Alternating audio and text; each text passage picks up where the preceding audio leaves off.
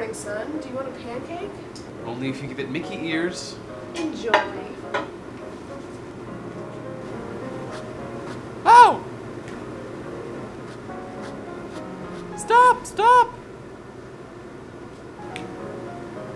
Mickey? I thought I'd never get out of there.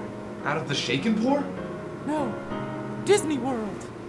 I love Disney World. I had to leave that hellhole. Why? No.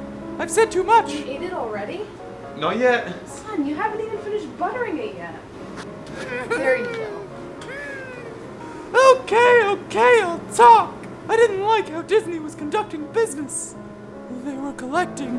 Collecting what? Tell me, Mickey. Mascots! They were collecting mascots. For what? The coup. The master plan, haha. Iron Man and Pluto, they're behind the whole thing. What do Iron Man and Pluto want?